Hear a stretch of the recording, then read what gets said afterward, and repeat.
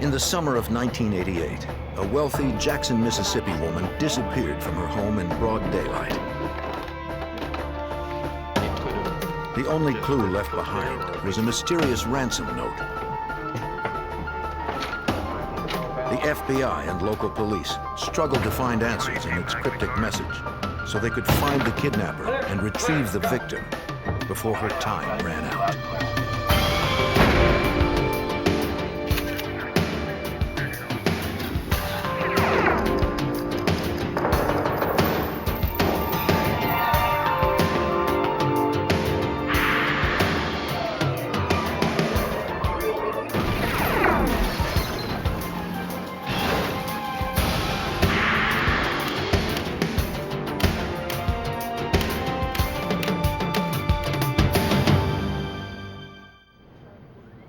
A daring kidnapping and a bizarre ransom note baffled Mississippi authorities.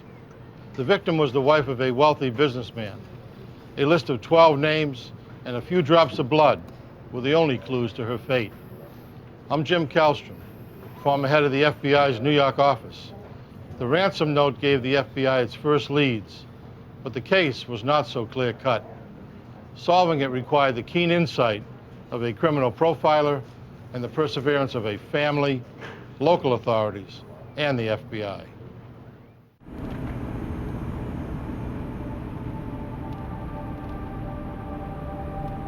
"6 a.m., July 26, 1988. The heat of a midsummer day would soon bear down on the southern city of Jackson, Mississippi. Like every weekday for the past 48 years, Annie Laurie Herron had coffee with her husband Robert before he left for work. As early investors in oil, the Herrons had become one of Mississippi's wealthiest couples, with a fortune estimated at more than $100 million. That day, Annie Laurie Herron would host her bridge club at home, the same house where she raised 2 children and lived with her husband since they were newlyweds. By 3:30, Mrs. Herron's bridge game was over and her friends had left. The housekeeper finished cleaning up after the card game and checked if Mrs. Herron needed anything else.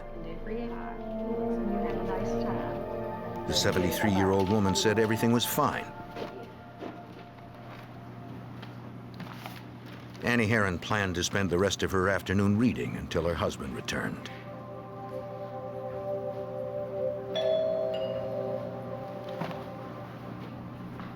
She wasn't expecting anyone, but perhaps one of the bridge players or the housekeeper had forgotten something. Her husband wasn't due home for an hour. Hi, how are you, ma'am? I'm fine, thank you. How are you? Good. I got to see your husband. I have a letter. I'm back to see him. No, I don't mind waiting at all. Let me... Annie Laurie Herron was on her own. At about 4:30 that afternoon, Robert Herron returned from work.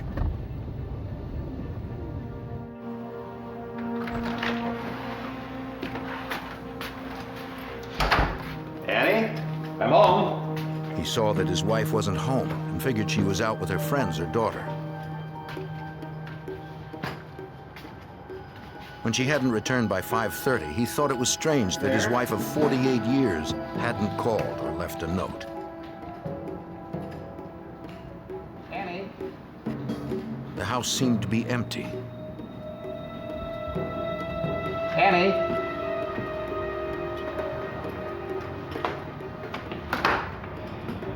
Robert grew concerned and began calling family and friends.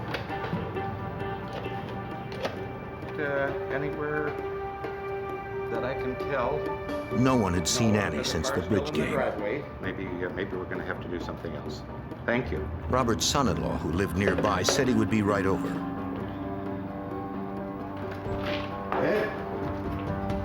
The son-in-law said he and his wife hadn't heard from Mrs. Herron that day. Oh, right here. Robert Herron pointed out that when Annie left the house, she usually took her purse. I've looked everywhere. I called, But his I wife's found it. purse and shoes sat beside her reading chair. Her newspaper and glasses were The nearby. neighbors, you know, are just, I just don't know what to say. Robert How was long she been worried going? since Mrs. Well, Herron's I've been medicine since for a 4:30. chronic intestinal disease was still in the bathroom. I just knew something's happened. She would need to take it soon or she would not be able to absorb food. The men continued to search for some indication of where she'd gone. A piece of paper near the front door caught the son-in-law's eye. It was a ransom note without specific instructions. Annie Laurie Herron had been kidnapped. We've got to do something real fast. The note demanded that Robert Herron pay 12 separate men before 10 days passed, but it didn't say how much or where to send the money. He was ordered not to call police, so he waited for a ransom call with instructions on getting his wife back. When none came by nightfall, he contacted the Jackson Police Department despite being warned not to. Officers secured the ransom note, hoping to keep any fingerprints intact. Processing the house for evidence, officers discovered a trace of what appeared to be blood on the front door frame. Laboratory tests would later reveal that it was blood and that it matched Mrs. Herron's blood type.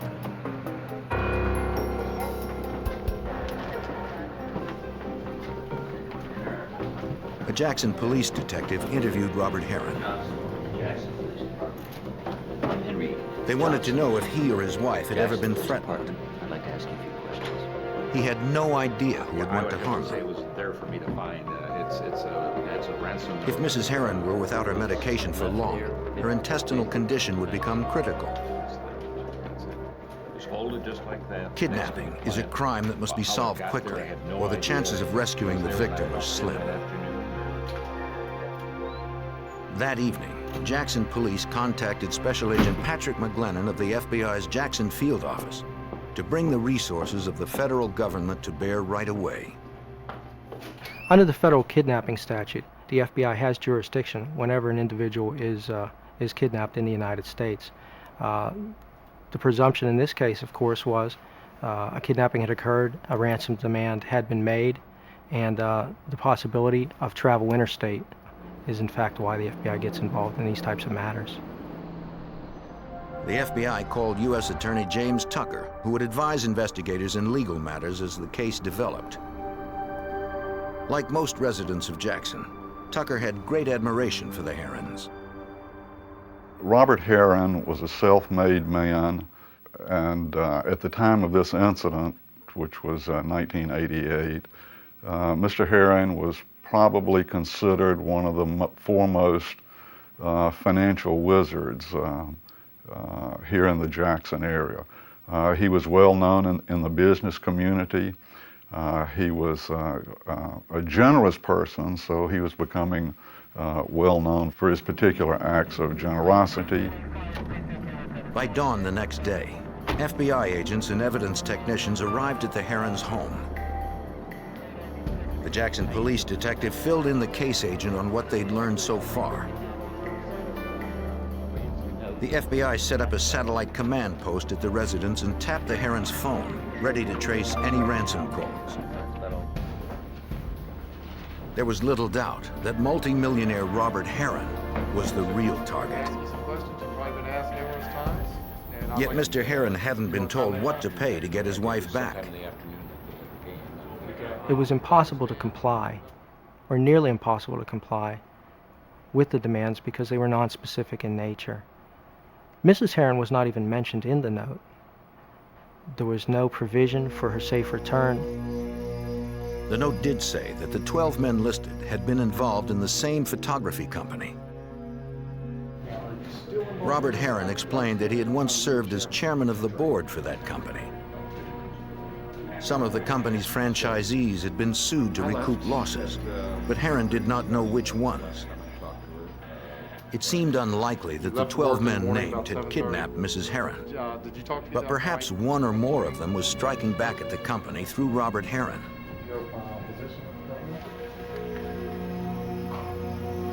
Technicians collected samples of all the writing pads and paper in the Herrons' home. They would compare the paper to the ransom note to see if it had been written on the stock from the house.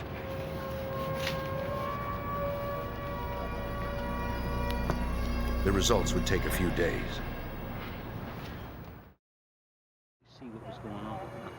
Investigators searched outside the house for hairs, blood, clothing, anything that might reveal the kidnapper's identity. They looked for cigarette butts or evidence of food or drink, signs that someone had been watching the house.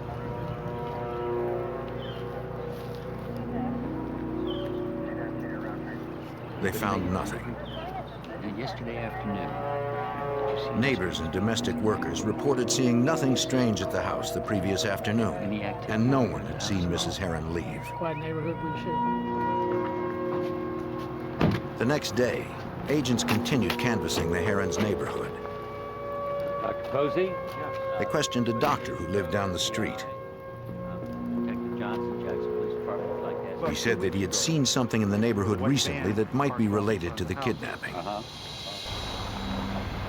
2 weeks earlier, the doctor was going to run errands when he drove past a white van parked near his house. From that position, anyone in the van would have a clear view of the Heron house.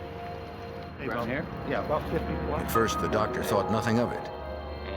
But when he'd returned home hours later, the van was still there. Thinking the driver needed help, the doctor offered his assistance. Can I help you with anything? Wondering if you need some help. The driver responded by asking if there was a law against parking in the neighborhood. It was an odd response, enough to make the doctor remember the incident. Thank you, sir. If you think of anything else. He said the van drove away minutes later. Thank you, Dr. Posey. Agents continued to canvass the Herons' neighborhood and found another neighbor who had seen a white van on the street 3 months earlier. The other neighbor had seen a van similar to that described by the first individual, sitting almost directly in front of the Heron residence in the very earliest days of April of 1988. She was suspicious enough of the van to get the license plate number. If investigators could find that van, they might also find Mrs. Heron. But a computer check revealed that the license plate had been stolen from a car at the New Orleans airport. It was another dead end. After 36 hours of investigation and no ransom calls, agents hoped lab results on the note would provide a fresh lead to Mrs. Heron or her abductor. FBI examiners first determined that the note had been typed on paper foreign to the Herons' home. They also compared the typeface to known samples from every typewriter made in this century. The laboratory division was able to determine that the demand letter was in fact typed by a Royal typewriter manufactured between 1912 and 1927. There was nothing else contained on the demand letter which would give analysts any type of ability to tell us the manufacturer of the paper or whether there were any indented writing or other evidence on the letter. A latent fingerprint examination revealed nothing, and a spot on the note believed to be a bloodstain was too small to analyze. Pretty level plane here. Although no evidence on the note helped agents, they hoped its message would. The note demanded that Robert Heron pay 12 men who were involved with a photography company. Perhaps the kidnapper was among them. Agents learned that the company had foreclosed on each of the 12 men, all former franchisees, to collect heavy debts. One of the company's executives provided the FBI with company files and photos of those men. Are you going to have to take those with you? Yes, sir. One was now deceased. The others were scattered throughout the country. Yes, sir.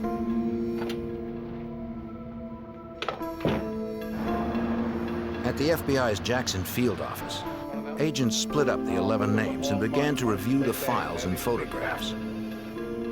They sent leads to FBI offices in the towns and cities where the men currently lived, requesting additional information. Agents found that many had financial troubles. They tried to ascertain if those men had traveled near the Heron neighborhood when the white van was spotted there, and again recently when the kidnapping occurred. FBI agents across the country began covert surveillance on the former franchisees. They hoped one of the men would lead them to the ailing 73-year-old woman. But as the kidnapping investigation stretched into its third day, only 7 days remained on the ransom note deadline, and agents still lacked instructions on how to recover Annie Laurie Heron alive. Hi, how are you, ma'am? I'm fine. 3 days How had are you? passed since Annie Laurie Heron, an elderly grandmother, had been abducted from her Jackson, Mississippi home in broad daylight. The FBI continued surveillance on 11 men named in the ransom note found inside the Herons' home. Agents couldn't confront the men. A frightened kidnapper might harm the victim. Special Agent Patrick McGlennon hoped one of them would lead to the missing woman. We wanted to determine if they were traveling even small distances from their residences or business. We wanted to see if they perhaps were keeping Mrs. Heron at a remote location where they might have to provide food, water, other conveniences for her, that they wouldn't want to be too far away from the victim. Despite the efforts of dozens of agents around the country, they discovered no direct leads to Mrs. Heron's whereabouts.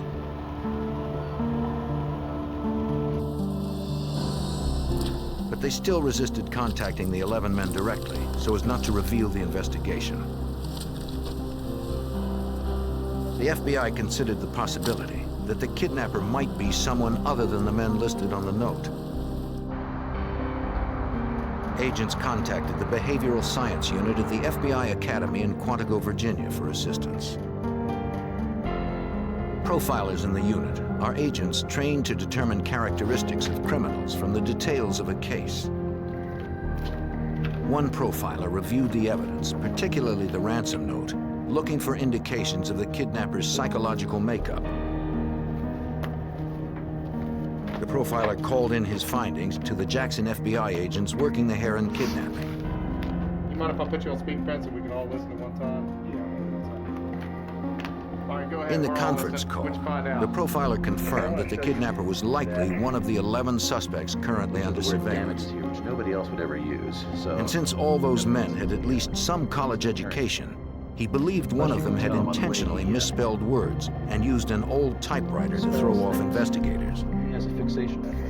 The profiler said the abduction was an act of revenge against Robert Heron by a paranoid individual who was willing to kill. The Behavioral Science Unit believed that a sole perpetrator was responsible for this crime, that it would be a white male of approximate middle age, and that the individual would probably be working alone, although if they were working in concert with someone else, that person would provide a very subordinate role. It's bad. The profiler also concluded that by this time, there was only a 50% chance that Annie Heron was still alive. One further detail caught the profiler's eye, a phrase that did not seem to match the rest of the note and might point to the profession of the kidnapper. The note said, "Pay them whatever damages are owed to them. If any is dead, pay their children." Damages is a legal term. It was telling in that one of the individuals on that demand note was an attorney. Special Agent Tom Montgomery of the FBI's Jacksonville, Florida office was called in to investigate the attorney listed on the note, a man named N. Alfred Wynn. After we received the name of N. Alfred Wynn, we did the public record background checks. We also contacted the St. Petersburg Police Department, the Pinellas County Sheriff's Office, found that he had no criminal record, did our own computer checks also. We determined that he was a St. Petersburg attorney and that he lived above his office. Yeah. What's this all about? Well, I'm investigating a crime. An agent went to interview Wynn at his office residence. So, Mr. Wynn, you were camping at the girlfriend. Alfred Wynn said he had nothing to do with the kidnapping and explained where he was on July 26th, the day Mrs. Heron went missing. He had been at a bar with a prostitute. He said that on that evening he had called his paralegal back at the office. Okay. Hey, thanks. He asked the employee to meet him at the bar to lend him $100 so he could go home with the prostitute. We got a deal, sweetheart. All right. Big time. How about you? The paralegal promised to be right over.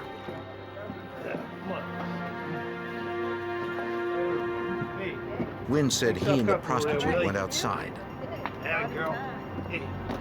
He stalled for time as he waited for his paralegal to show up with the money. The two were in Wynn's car when his assistant arrived.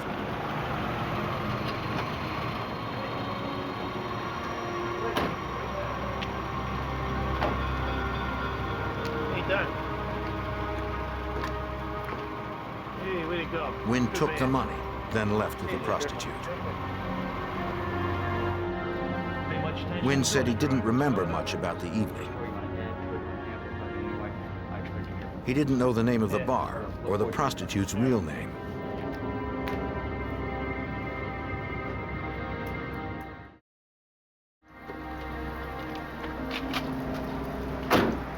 The next day, agents checked the alibi with Wynn's paralegal when the attorney was out of the office. He corroborated his boss's story and also claimed that he didn't know the bar's name since he had never been there before or since. Agents suspected both men were lying. We learned that Wynn had paid for the paralegal schooling at a local community college, his paralegal schooling. We had learned that he was working for basically a very minimum salary, and there was a lot of allegiance between the paralegal and Mr. Wynn. Later, an agent re-interviewed Wynn's paralegal, explaining their suspicions. He maintained that he had met Wynn at the bar on the same day of the kidnapping, though he did reveal something new about his boss. He said that Wynn's legal battle with the photography company had begun when the company foreclosed on him 7 years earlier, and that he had fought the lawsuit with a vengeance. He had attempted to declare bankruptcy 3 times in order to avoid paying his debts. Under a court order to recover the money, the U.S. Marshal's Office had confiscated Wynn's valuables, including 1,000 shares of expensive stock. They also impounded Wynn's European sports coupe, a car the paralegal said Wynn loved. In addition, they put his St. Petersburg office up for auction. On July 6, 1988, less than 3 weeks before Mrs. Heron disappeared, Wynn had been notified of an eviction hearing. But he had refused to leave. The paralegal said that Wynn had been furious, believing that the photography company had ruined his life. Going to get that date from me? You're going to check that The date? FBI wondered if the paralegal had been involved in the kidnapping. Okay. All right, thanks. We pulled all vehicles registered to the paralegal, friends and associates of Mr. Wynn, to include Mr. Wynn, and learned that the paralegal had a white van registered to him, and through an interview of the paralegal learned that the vehicle was utilized by Wynn on several occasions. It seemed to be a major breakthrough in the case. The vehicle identification number revealed the name of the previous owner. An agent went to interview her. You're right, it's just like you said. He didn't return until... She said Alfred Wynn, not his paralegal, had been the actual buyer. She said that Wynn had acted strangely. He was adamant that his name not be written on the title. So the woman left the line for the buyer's name blank. The lead was promising, but then agents learned that the van had been in the repair shop on the day of the kidnapping. Okay, how long was he gone? It was one more frustration in a difficult case. After more than a week, the FBI and U.S. Attorney James Tucker were no closer to finding Mrs. Heron. A case like this is extremely difficult when you don't have an eyewitness to any one of several situations. We did not have an eyewitness as to the abduction itself. We did not have an eyewitness that Newton Alfred Wynn or any of the other people listed in the particular note had ever been in Mrs. Heron's company. At the Jackson, Mississippi police station, investigators again met with the doctor who had seen a white van in the Herons neighborhood. Go through those and see if there's anybody you recognize. They hoped he could recognize the driver in a photo lineup. Short here. The neighbor quickly picked out the photo That's him. of Alfred Wynn. I'm positive. He was certain it was Wynn he saw reading a map in a white van across the street from his house in mid-July, less than 2 weeks before Mrs. Heron's abduction. The other neighbor who had seen a similar van also identified Wynn as the driver. It was clear to agents that Alfred Wynn was connected to the kidnapping of Annie Laurie Heron, yet they didn't know how. Coming in. Thank you very much. We thought, because of the positive identification, that Wynn was definitely somehow involved in the kidnapping. If not the actual perpetrator, if not the man who walked up to the door and actually grabbed Mrs. Heron, he certainly was directing or calling the shots. Yep. FBI agents kept Wynn under surveillance. They believed that he could lead them to the missing woman. But as the deadline in the ransom note approached, hopes of finding the frail Mrs. Heron dimmed further. The day after the deadline in a ransom note, FBI agents and local detectives briefed the husband of kidnapped Jackson, Mississippi socialite Annie Laurie Heron in preparation for a televised appeal for his ailing wife's return. We'll be able to do it. Okay, thank you. The note hadn't outlined specific steps to earn Mrs. Heron's release.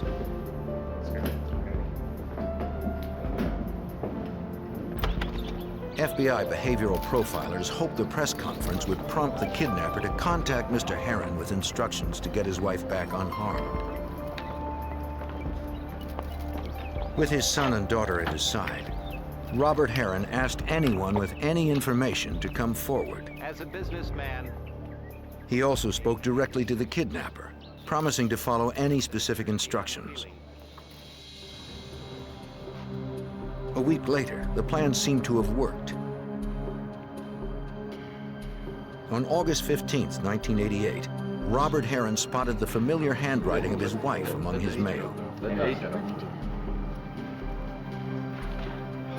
The envelope was postmarked August 12th from Atlanta, Georgia. Investigators were careful not to destroy any evidence that might have been left on it. Mr. Heron believed the letter was in his wife's handwriting, too. FBI lab examiners later confirmed that it was. In the letter, Mrs. Heron begged her husband to do what the kidnappers wanted, or they would seal her up in a cellar with only a few jugs of water. Though the letter provided no instructions on how to comply, for Special Agent Patrick McGlennon, it did bring new encouragement just when all hope of recovering Mrs. Heron alive seemed lost. When we received the August 15th letter, which was in Mrs. Heron's handwriting, it really lifted the spirits of everybody that was involved in the case. We felt reasonably sure that she was in good enough condition to write the letter, and we were going to get her back the same way. The letter itself had been dated August 10th, 15 days after the abduction. Yet no one could be sure Mrs. Heron was alive on that date. It was unclear if she had written the letter on her own, or if the message was coerced, according to FBI Special Agent Tom Montgomery. Certain words utilized on the letter: seal me up in the cellar with jugs of water. In talking to family members, we found out that those are not words that she would normally utilize. She would have used the word basement or bottles of water. So it is our belief that the letter was dictated to her. If the letter had been dictated, both the message and the date could be false. Having to guess at what exactly he should do, Mr. Heron wrote checks to all the men listed in the original ransom note, according to U.S. Attorney James Tucker. He had already instructed his people to make efforts to determine what financial situations he had had with each of the people that were listed in the original note. So he had some idea at that particular point about how much money had been involved with each of those people. Mr. Heron settled on restitution, roughly equivalent to the amount the men had been ordered to pay in their franchise lawsuits. The total came to almost $1 million. Herron sent $145,000 to the prime suspect, Alfred Wynn. Enclosed with each check was a note requesting the safe return of his wife. The FBI instructed the Postal Service to deliver the envelopes the next day.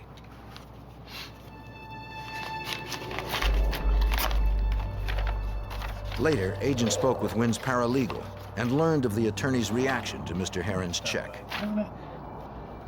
When Mr. Wynn received his check in Tampa, Florida, he opened it, read the contents of the letter from Mr. Herron, turned to his paralegal and stated, "This is not what I wanted." He told his paralegal that what he had wanted was to get his life back, the return of his confiscated car, jewelry, and other property. Wynn sent back the check with a note enclosed, saying he hoped Mrs. Herron would be returned safely. Agents now believe that Alfred Wynn had kidnapped Mrs. Herron for revenge against the photography company Herron once chaired, not for monetary gain. That meant it was less likely Mrs. Herron would ever be returned alive. Although some of the people receiving checks kept the money, most returned similar responses. Some of the people that Mr. Herron sent these checks to sent the checks immediately back to him, sent letters, or called on the telephone, expressing their regret to Mr. Herron that something like this could happen to his wife. They wanted nothing to do with the money, and they weren't going to benefit through his grief. 2.5 months passed without further word from Annie Herron's kidnapper. Considering her fragile health, chances were slim she would survive this long. In early November 1988, the case was featured on a national crime-solving television series. Agents around the country chased each of hundreds of leads called in. One call from a woman in Florida seemed especially promising. Although none of the names on the ransom note had been broadcast, she said that if Alfred Wynn were on the list, she had important information. The FBI learned that the Florida woman was a spiritual advisor, which did not initially bolster confidence among agents. Special Agent Montgomery from the FBI. We spoke on the phone. But after a brief interview, they realized she had a strong reputation in the law enforcement field, having often assisted police in the past. I recognized some of the information that he... The advisor told an agent she had first met N. Alfred Wynn 4 years earlier. In 1984, he had his first consultation, asking her advice about problems he had with the head of a photography company, the same company mentioned in the Herron ransom note. She instructed him to pursue his problems through the court system and take legal means, and he told her that he had already done that, and it just didn't work. That's the big problem. That is the biggest Wynn problem said he in wanted to life right kidnap now. the head of the company and hold him hostage until he got what he wanted. He had the perfect place to put the man and said that he was looking for someone to help him. He called her a month and a half later to ask if she would help. Besides, I can go without risking losing these clients. Trying to get new clients. She declined. It's tough too, The advisor provided the FBI with records of her work with Wynn.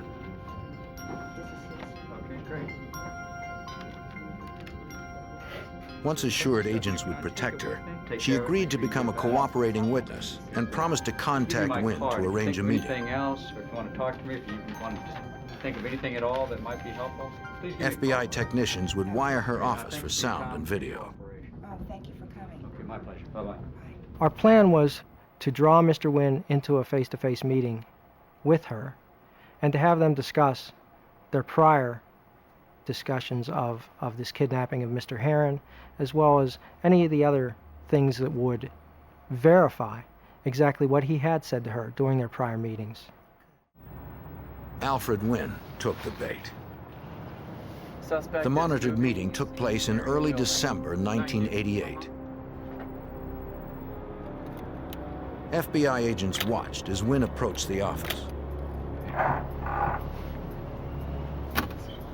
Agents hoped he would reveal the whereabouts of the missing woman.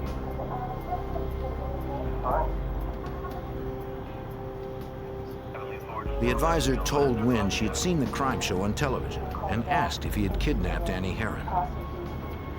FBI one, can you hear him in there? Wynn denied it, adding that he had decided not to abduct Robert Herron as he had previously discussed with the advisor.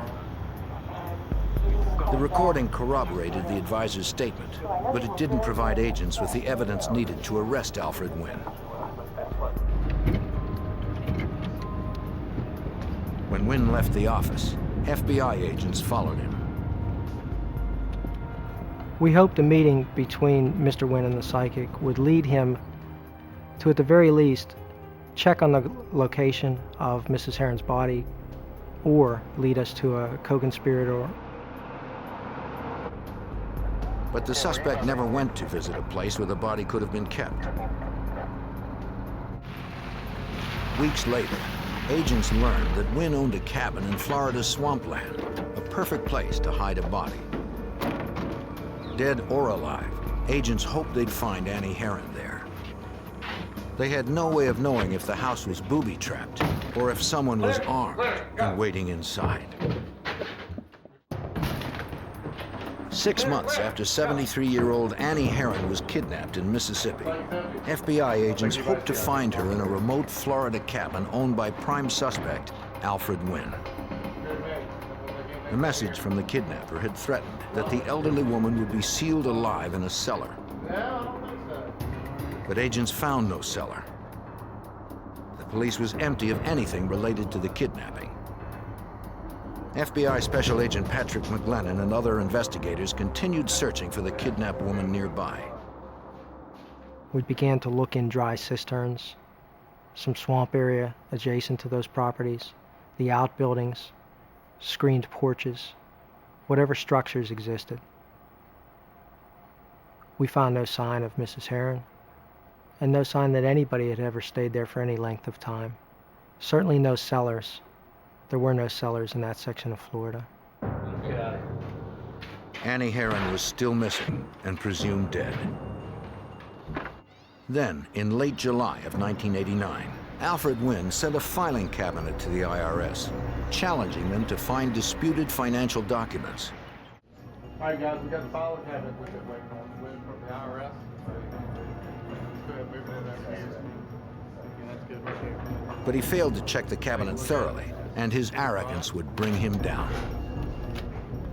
Wynn, we believe, sent those thousands of documents to Internal Revenue Service as part of an effort to intimidate them into leaving him alone. That was a pattern that the agents discovered in regard to Wynn conduct in a number of situations. His arrogance was demonstrated in his efforts to overpower whoever he was involved with at any particular point. When they found letters regarding a kidnapping and murder plot, IRS agents called the FBI. The documents outlined how Wynn and a former girlfriend had been planning to kidnap and kill the woman's husband. According to FBI Special Agent Tom Montgomery, the similarities to Annie Herron's abduction were obvious. They mentioned utilizing an old typewriter to type a communication, and the first ransom note for Annie Laurie Herron was typed on an old 1920s vintage typewriter. They also mentioned detailed maps, surveillance of the area. They also mentioned that it was actually Wynn that was going to do the crime, and the female was just going to help him and obtain what he needed. FBI agents tracked down Wynn's ex-girlfriend at the community college where she worked. They needed to question her about the plot outlined in the letters. At first, she claimed she knew nothing about the plot. But when reminded that interfering with an investigation was itself a crime, she decided to cooperate. The last time you saw him was a few years ago? She said the plot to kill her husband was Wynn's idea. Maybe a year, maybe 6 months. When she realized he was serious, she had broken up with Wynn. 6 months ago. Mailed it from Miami? Agents asked if she had had any contact with him since then. She said that a year earlier, in early August 1988, Wynn had asked her to meet him at a motel in DeLand, Florida. It was just days after Annie Herron had been kidnapped. Wynn acted paranoid, silently handing her a note that asked if her car was bugged and if she'd been followed.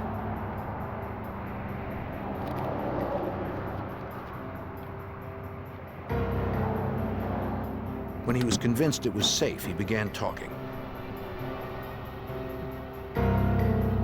What's this all about? Wynn asked her to mail a letter for him, offering her $500 plus travel expenses. First of all, did I touch it? She agreed, and he paid her half in advance, $250. They're in there. Very, very important. Wynn handed her an envelope wrapped in a gray linen napkin. Then he gave her very specific instructions. She was not to touch the envelope or even look at the address. Wynn ordered her to mail it from Atlanta, buy the airline tickets under a false name, and fly into and out of 2 different airports. He instructed her to change her appearance before the trip.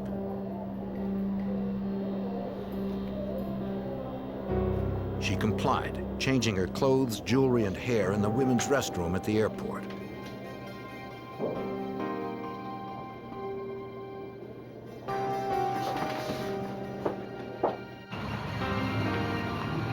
Once in Atlanta, she was to mail the envelope precisely on August 11th. But the woman told agents it was late in the day when she made it to a mailbox.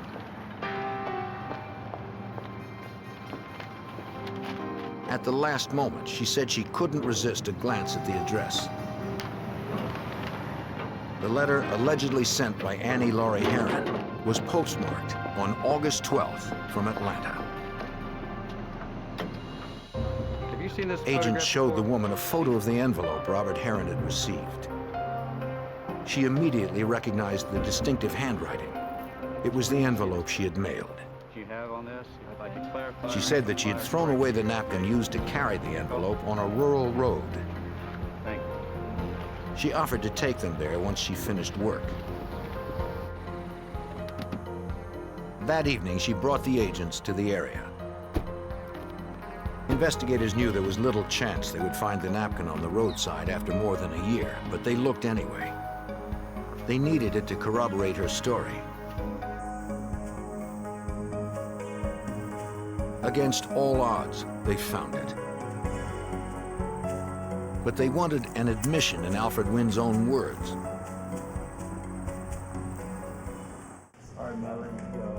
With a solid cooperating witness, agents were getting closer to arresting Wynn. At the FBI's request, Wynn's ex-girlfriend agreed to be wired for an audio tape meeting between herself and Wynn. We had hoped that Mr. Wynn would discuss facets of the crime, that he would tell her what she had accomplished by sending the letter to the Herron residence, that he would thank her for her help, that he would pay her. The woman called Wynn and set up a meeting. Agents had instructed her to try to draw Wynn out about the trip to Atlanta.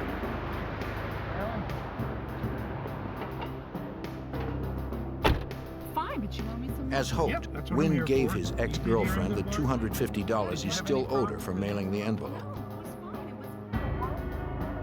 Wynn refused to talk in detail about his plan, and he never mentioned Annie Laurie Herron.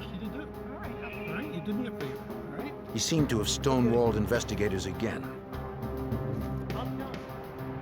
Convinced he was involved and desperate to find Mrs. Herron, the FBI knew they had to arrest Wynn soon. On March 11th, 1989, the FBI was ready to arrest suspected kidnapper Alfred Wynn. They set up a second meeting with Wynn's former girlfriend who had begun cooperating with authorities. The ex-girlfriend had been wired so agents could record the conversation. They hoped Wynn would say something incriminating about the kidnapping of Annie Herron so they could charge him and recover Mrs. Herron or her body. FBI Special Agent Tom Montgomery had coached the informant on how to deal with Wynn in this crucial second meeting. We had instructed her to become more aggressive in this meeting and to basically indicate to him that she was aware that she was involved in a criminal act, that she'd been watching television, and that she now realized that the letter that she mailed may in fact be involved in the kidnapping, may have been a second ransom note, hoping to elicit from him something to incriminate him further. Agents watched and listened as the woman pushed Wynn about the Heron kidnapping. The suspect soon became defensive and left the car without admitting any knowledge of the crime. He's pulling out. Let's go, let's go, let's go. Agents knew it was time to make their move.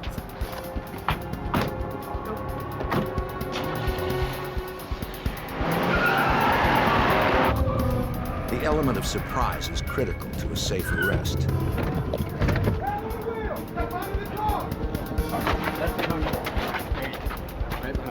Alfred Wynn was charged with conspiracy to kidnap, mailing a threatening communication, and perjury for testifying in front of a grand jury that he wasn't involved in the kidnapping.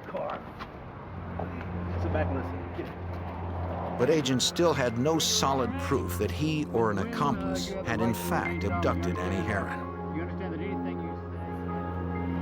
In Wynn's car, agents discovered several maps of Mississippi, one with a Jackson exit marked on it in pen and notes in the margin. Agents thought these might indicate where Mrs. Heron's body had been placed, but extensive searches yielded nothing. Securing a warrant, Florida FBI agents searched Wynn's office. They needed physical evidence to prove Wynn was involved in the abduction of Annie Laurie Heron. Their hopes rose when they spotted a vintage typewriter. Special Agent McGlennon recalled that FBI examiners had determined the ransom note was typed on a 1920s-era Royal typewriter, the exact model recovered from Wynn's office. This seemed to be a very significant break. In my mind, this was the typewriter upon which Wynn typed the initial demand note that was left in the Heron's home. We sent it to the lab, fully expecting them to come back with a report saying, this is the exact typewriter that composed that letter. The FBI lab determined that the typewriter found in Wynn's office was not the one used to type the ransom note. Agents believed Wynn had planted a different typewriter to bring doubt to later prosecution. They had also found a business card for a van rental company in Wynn's office. How you doing? The company owner said Alfred Wynn had rented white vans 3 times. I'm the manager. Okay. Each time he had driven more than 500 miles, just 100 miles more than the round trip to the Heron's residence. Yes, I do, but I don't have a computer. The rental times did not coincide with the date of the abduction, but one did match the date when Alfred Wynn was sighted in the Heron's neighborhood. U.S. Attorney James Tucker had little evidence to prove his case. He believed that Wynn and his paralegal were lying about the suspect being with a prostitute on the day of the kidnapping. We went back and confronted the paralegal with this false alibi. The agents and I had a heart-to-heart talk with him, at which he decided that he better tell us that all that was a lie, and that Mr. Wynn had in fact been out of his law offices and out of pocket during the entire time that the abduction occurred, which would have been the crucial dates, the 24th through about the 28th. This would help prove perjury, but it wasn't enough to charge Wynn with the crime they were certain he had committed, the kidnapping and murder of Annie Laurie Heron. The federal trial for conspiracy to kidnap began in Mississippi on January 29, 1990. Throughout the investigation and the 2-week trial, which occurred in Hattiesburg, Mississippi, Wynn professed his innocence. But at the conclusion, a jury of his peers found him guilty for the crimes for which he was charged. N. Alfred Wynn received the maximum sentence allowed: 19 years and 7 months for conspiracy to commit kidnapping. He has no chance of parole from the federal prison in Coleman, Florida. We have never to this day resolved where Mrs. Heron is now, and the family deserves to know that. In fact, as far as this office is concerned, we still carry this as an open matter, and will continue to do so until such time as somebody steps forward and helps us out with locating where Mrs. Heron is. Family deserves it. Mr. Robert Heron died of a heart attack on November 28, 1990. In May of 1991, Mrs. Annie Laurie Heron was declared dead to allow the settlement of the couple's estate. The Heron family still hopes to someday learn what happened to their mother, to begin to heal their pain, and to finally lay her to rest.